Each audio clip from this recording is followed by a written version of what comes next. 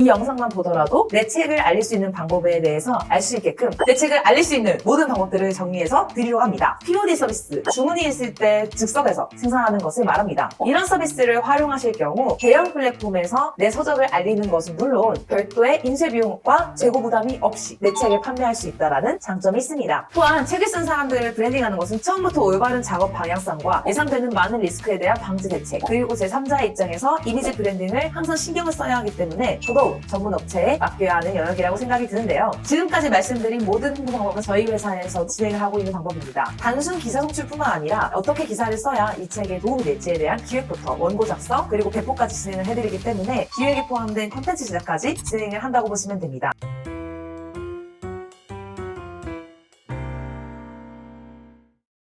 안녕하세요. 드림 비즈니스 출판사의 이서진입니다. 오늘은 내가 정성스럽게 쓴 책을 어떻게 사람들에게 알릴 수 있을까 고민하시는 분들을 위해서 내 책을 알릴 수 있는 모든 방법들을 정리해서 드리려고 합니다. 과정을 좀 보태서 의지만 있다면 길거리에서 전단지라도 뿌려볼 수 있지 않을까요? 저의 사례가 그 예시라고 할 수 있는데요. 저는 기획 출판도 아니었고 기획사가 있지도 않았기 때문에 직접 발로 부딪히면서 다 마케팅을 해봤기 때문에 노하우를 공유하고자 합니다. 직접적인 키워드의 검색 기반부터 리뷰 담보, 인스타그램의 카드뉴스 제작으로 인해서 책 내용을 요약해서 표현하는 것, 유튜브 영상으로 설명을 하는 것과 강연의 주체, 다른 채널에 출연하는 방식, 지속적인 언론 PR, 네이버 카페 서평단, 그리고 이 책이 필요할 것 같은 사람들에게 메일링을 단체들에게 또 했었고요. 남들이 없는 나만의 키워드를 생각해내거나 개인 SNS에 브랜딩을 하면서 예체능계 후배들의 팬덤층, 필요할 것 같은 정보를 지속적으로 업데이트를 하면서 진행을 했던 것 같아요. 그래서 많은 방법들이 있지만 이 영상만 보더라도 내 책을 알릴 수 있는 방법에 대해서 알 수 있게끔 가이드라인을 자세히 총 7가지 방법으로 설명해 드리려고 합니다. 첫 번째는 당연히 교보문고나 영풍문고 등 대형 서점 매대에 진열을 하는 방법이 있겠죠. 물론 이는 개인 저자가 진행하기에는 어려운 부분이 있을 겁니다. 완성본을 가지고 있다고 하더라도 그 후에 많은 절차와 심사를 거쳐야 합니다. 또한 저희와 같은 출판사들이 끼고 진행을 해야 공신력이 있기 때문에 일반적으로는 개인이 의뢰를 해서 진행이 불가한 경우들도 있습니다. 그렇다면 개인은 출간을 할 수 없냐? 그건 또 아니에요. 두 번째 방법, POD 서비스라고 할 수 있는데요. 주문이 있을 때 즉석에서 생산하는 것을 말합니다. POD 서비스가 가능한 플랫폼에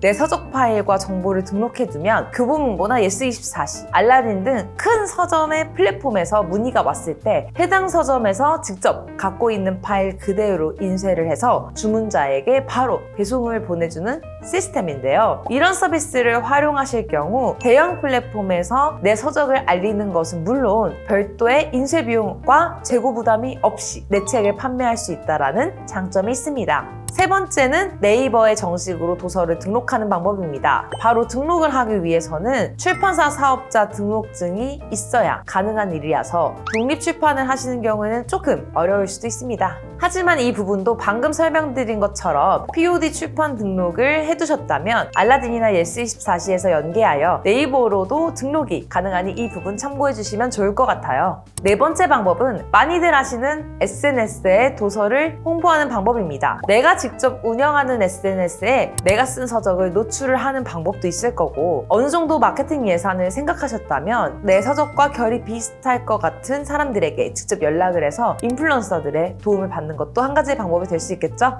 사실 인스타그램이나 페이스북 혹은 카카오 스토리 등 회사 차원으로 움직이는 분들은 정말 극소수고 대부분 개인으로 운영하시기 때문에 내가 조건을 제시하기 나름입니다. 그렇기 때문에 어떤 소정의 금액을 주겠다 혹은 이렇게 하고 싶은데 부탁을 해도 될까요? 라는 방법으로 제안을 하는 것도 좋을 것 같아요. 물론 전문적인 마케팅 회사를 찾으신다면 비용은 좀 드시겠지만 더 효율적으로 활용을 하실 수 있으실 겁니다. 다섯 번째 방법은 기사를 송출하는 방법입니다. 기사 송출이 가능한 마케팅 업체를 찾는다면 본인이 기사를 1차를 쓰시고 대행사를 꼈을 때 다양한 금액대로 송출이 가능한 사이트들이 많으니 참고해 주시면 좋을 것 같아요. 그래도 서적 하나만 있는 것보다는 검색 시에 나오는 자료들의 마케팅 효과도 있으면서 공신력까지 얻을 수 수 있는 기사의 마케팅을 활용을 한다면 훨씬 효율적으로 사람들의 신뢰를 얻고 마케팅에도 효과를 보실 겁니다. 6번째는 유튜브 마케팅이 있는데요. 물론 대형 유튜브에 출연하고자 한다면 비용이 너무 높아진다라는 단점이 있습니다. 또한 이 비용을 썼을 때 확실한 효과를 보장을 받기도 어렵기 때문에 저는 현실적으로 이 방법을 추천을 드리진 않아요. 하지만 요즘은 채널들이 많기 때문에 구독자 수가 적다고 하더라도 내가 가지고 있는 이력과 이 채널의 스토리가 결이 맞다면 먼저 출연을 제안을 하는 것도 일종의 방법이라고 보실 수 있습니다.